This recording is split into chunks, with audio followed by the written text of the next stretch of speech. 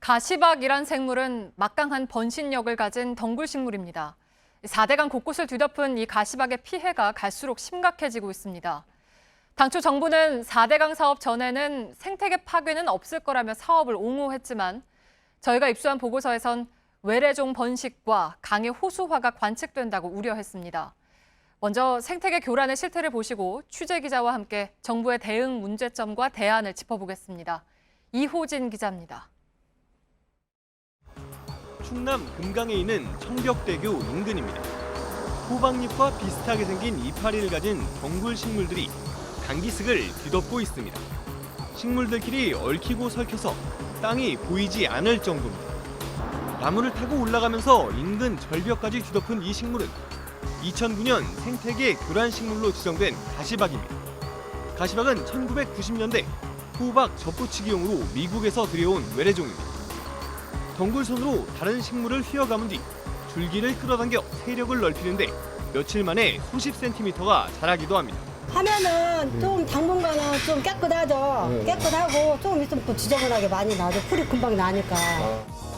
문제는 가시박에 뒤덮인 식물들은 광합성을 하지 못해 말라 죽는다는 겁니다.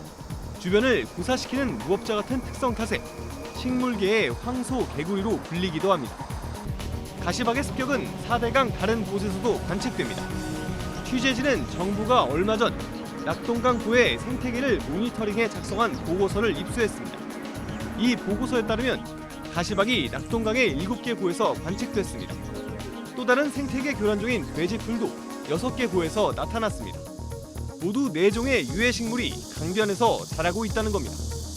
왜 이런 일이 생긴 걸까? 보고서는 4대강 사업에 따른 개발로 토종 식물 등이 줄면서 번식력이 강한 외래종이 대신 자리를 차지한다는 점에 주목했습니다. 식물뿐 아니라 동물들의 구성도 바뀌고 있습니다. 흐르는 물을 좋아하는 하루살이목과 날도래목은 지속적으로 줄어들고 있습니다.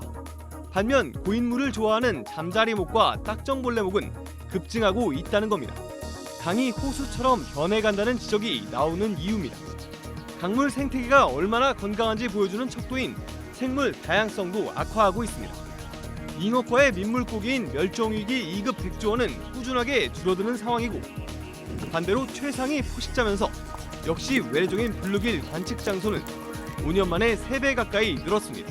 강바닥에는 용존 산소가 거의 없는 상태가 되었고 유속이 없는 호수처럼 변했고 수심이 일정하기 때문에 4대강 사업 이후에 하천 생태계는 아주 단순화가 된 상황입니다. 앞서 많은 전문가들과 환경단체들은 4대강 사업 시작 전부터 생물 다양성이 사라질 것이라고 경고해왔습니다.